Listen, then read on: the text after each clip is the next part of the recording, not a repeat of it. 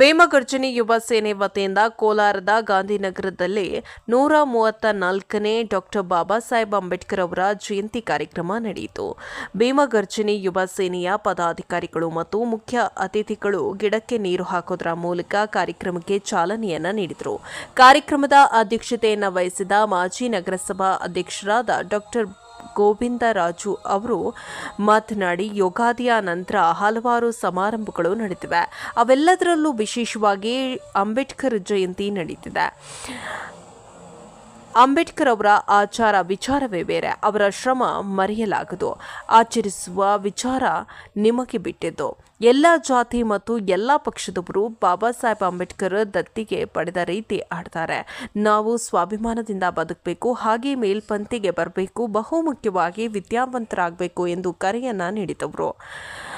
ಕಾರ್ಯಕ್ರಮದಲ್ಲಿ ಭೀಮಗರ್ಜನಿಯ ಯುವ ಸೇನೆಯ ಅಧ್ಯಕ್ಷರು ಶಿವಕುಮಾರ್ ಕಚಂಚಿ, ಸಂದೀಪ್ ಮುನಿಕೃಷ್ಣ, ಮಂಜುನಾಥ್, ಕಾರ್ತಿಕ್, ಸುದರ್ಶನ್, ಅಭಿ, ಕಾರ್ತಿಕಾರ್ಜುನ, ಉಮಾಶಂಕರ್, ಮಂಜನರ್, ನವೀನ್, ಪ್ರಶಾಂತ್, ಮುಖ್ಯ ಅತಿಥಿಗಳಾದ ಬಾಲಾಜಿ ಚೆನ್ನಯ್ಯ, ವಿಕೆ ರಾಜೇಶ್, ಸಿಪಿಎಂ ನಾರಾಯಣಸ್ವಾಮಿ, ಪಂಡಿತ್ ವೆಂಕಟಪ್ಪ, ಮಂಜುನಾಥ್, ರಾಜ್ಕುಮಾರ್, ದಲಿತ, ನಾರಾಯಣಸ್ವಾಮಿ, ಮಂಜು, ವೆಂಕಟಸ್ವಾಮಿ, ಗೋಪಾಲ್, ಅಂಜಿ, ಸೋಮಣ್ಣ, ಕದಂಬ ಸೇನೆ, ಕಿಟ್ಟಣ್ಣ, ಗುಂಡಣ್ಣ, ಬಾಬು, ಉಮಾಶಂಕರ್, ಗಾಂಧಿನಗರದ ನಿವಾಸಿಗಳು ಮತ್ತು ಕೋಲಾರ ಜನತೆ ಇದ್ದರು.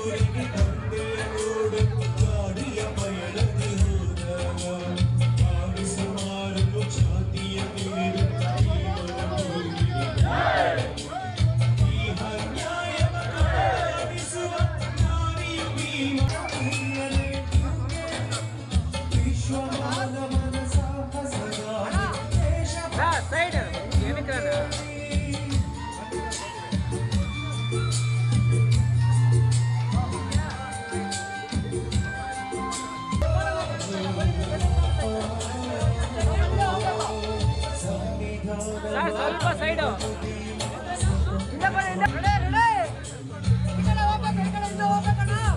ಹಿಂದೆ ಹೋಗ್ಬೇಕು ಈ ಕಡೆ.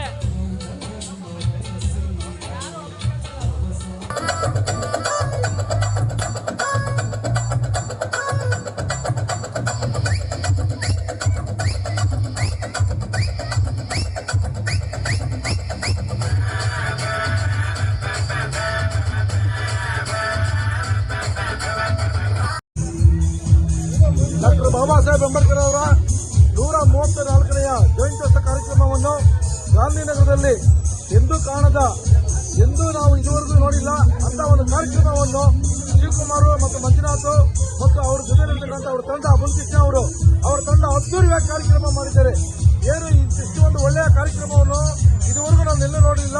ಕೋಲಾರ ನಗರದಲ್ಲಿ ಎಲ್ಲೂ ಕಾಣದ ಅರಿಯದ ಒಂದು ಗಾಂಧಿನಗರದಲ್ಲಿ 134ನೆಯ ಜಯಂತ್ಯೋತ್ಸವ ಕಾರ್ಯಕ್ರಮವನ್ನು ನಂಬಿಕೊಂಡಿದ್ದಾರೆ ಅಂತ ಹೇಳಿದ್ರೆ, ಈ ಭಾಗದಲ್ಲಿ ಸಮಸ್ಯೆ ಇರತಕ್ಕಂಥದ್ದು ಕಸದ ಸಮಸ್ಯೆ. ಈ ಬಾಬಾ ಸಾಹೇಬ್ ಅಂಬೇಡ್ಕರ್ ಅವರ ಇವತ್ತೇನು ಭಾವಚಿತ್ರವನ್ನು ನೆಟ್ಟಿದ್ದಾರೋ ಈ ಭಾಗದಲ್ಲಿ ಸುಮಾರು ಕಸ ಆಗ್ತಾ ಇದ್ರು.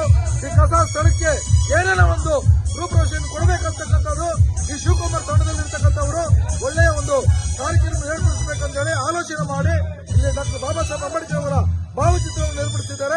ಆದ್ರಿಂದ ಎಲ್ಲ ಕೋಲಾರ ನಗರದಕ್ಕಂತ ಎಲ್ಲ ಲೀಡರ್ಸ್ ಅನ್ನು ಕರೆದು ಇವತ್ತು ಒಳ್ಳೆಯ ಸನ್ಮಾನ ಕಾರ್ಯಕ್ರಮ ಮತ್ತು ವೇದಿಕೆ ಕಾರ್ಯಕ್ರಮ ಏರ್ಪಡಿಸಿದ್ದೀರಿ.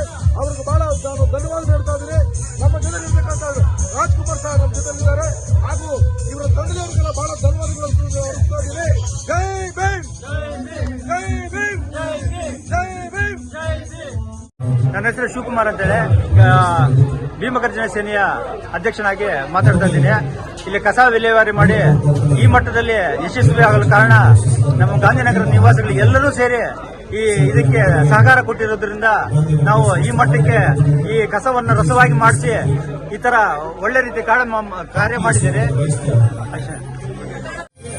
ಇದಕ್ಕೆ ಪ್ರೇರಣೆ ಇಲ್ಲಿ ಬಿದ್ದಿರೋ ಕಸನೇ ಕಾರಣ ಆಗಿದೆ.